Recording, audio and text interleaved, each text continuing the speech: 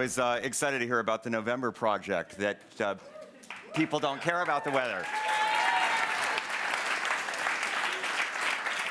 Since I see you never miss your practice, I'm looking for people who will stand up in hurricanes, watch tornadoes, and be in blizzards. So it's a hard thing to find.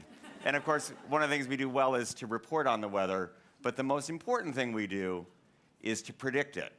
And we've made enormous progress in the last 3 years using cloud computing, using more data from the depths of the oceans, from personal weather stations, from the wings of airplanes, to capture data. So we now bring in terabytes of data every minute. We used to forecast the weather 4 times a day, every 6 hours. We now do it every 15 minutes. And we've gotten so much more precise. And those of you who check us on a mobile phone know that we do it so much more perfectly to the location you're in. And yet, even though we've made enormous progress, the decisions still don't always match. And so I want to talk about, in all of our lives, as we're getting big data, we're going to get better forecasts. We're going to get better predictions, but it still matters to all of us as individuals that we make decisions based on those predictions. So I have a couple of stories to share. The first one is January 29th of this year. The Weather Channel is in Atlanta. We're at the intersection of I-75 and 285. So we've got 8 lanes of traffic going up, and we've got 12 lanes of traffic going across, and this is the view out my window on January 29th, 2014. You need to know as early as January 23rd, 2014, we said there was likelihood of ice in Atlanta. For those of you in Brooklyn, you may not understand, there was only 1 inch of ice. But in Atlanta, there are no salt trucks. There is no sand. There are no school principals who are accustomed to dealing with ice. The last time they had ice was 14 years ago in this magnitude. So the challenge was, as we got closer and closer to the event, and we knew there was likelihood to be a problem, school principals and mayors and governors and National Guard and emergency management couldn't agree what to do, couldn't process the data. Very seldom do I say there is a 100% chance of ice in this location. If you watch, we say 80%, 90%. It was close to 90%, but there was a 10% chance it wouldn't happen. And so they were literally frozen in their tracks to make a decision.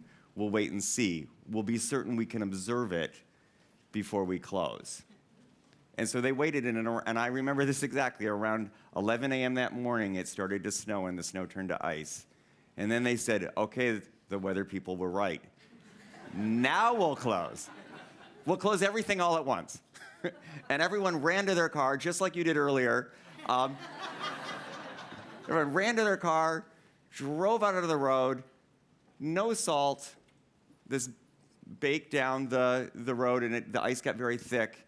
And literally, all these cars and trucks froze in their tracks. And then people tried to get off, so they'd freeze at the top of the ramp and the bottom of the ramp. And literally, everyone, thousands and thousands and thousands of cars and trucks and school buses filled with children, froze in their tracks until the ice melted, which was about 24 hours.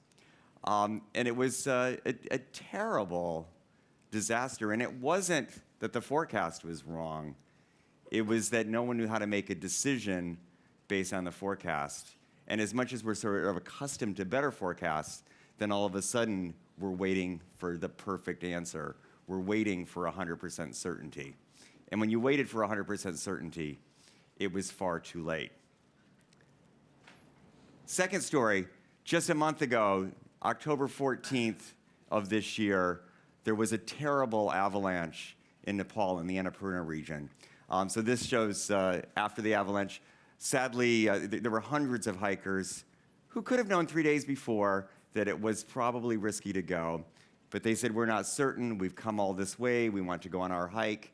47 tourists died in that avalanche because they didn't heed the warning. They couldn't make the decision. It wasn't 100% certain. All sorts of pointing about whether the warning was clear, whether the decision makers were clear. I'm not here to assess fault.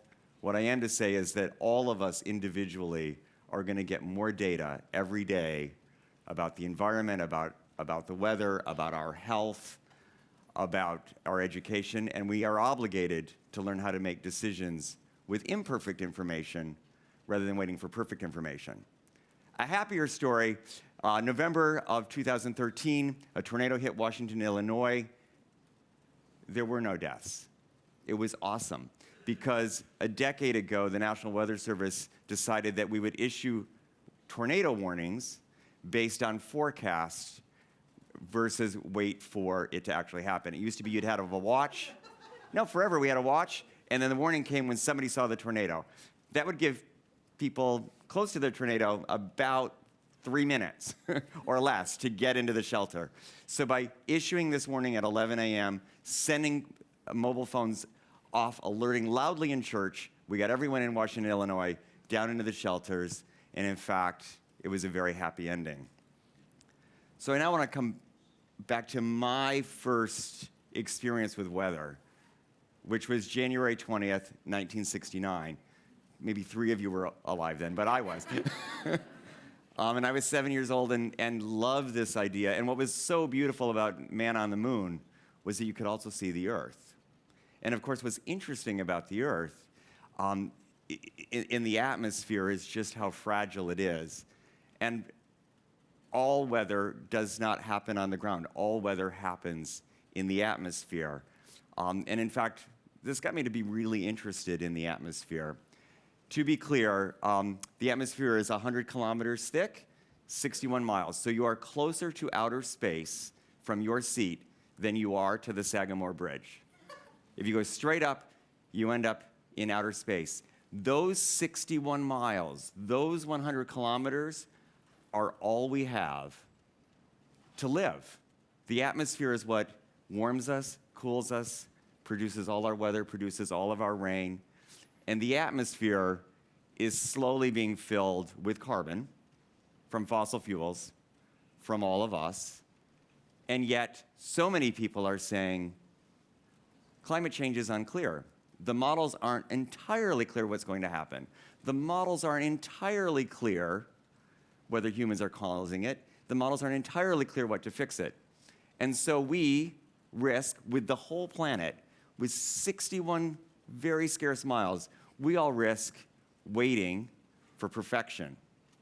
We all risk waiting to know for sure what's happening. And I would just argue to you, if we continue to do that, we'll be frozen in our tracks. We'll be stuck on the road like the people in the ice storm. We'll be struck in the avalanche like the people in Nepal. On this particular issue, I believe we know enough. We're certain enough that we can act certainly to protect that atmosphere, to sustain weather as we know it, and to sustain life as we know it. We don't need to wait for perfection. And I would argue, whether that's your issue, or health's your issue, or education's your issue, we're going to give you more data. We're going to process more things. But it's still important that all of us act certainly on uncertainty. Thank you.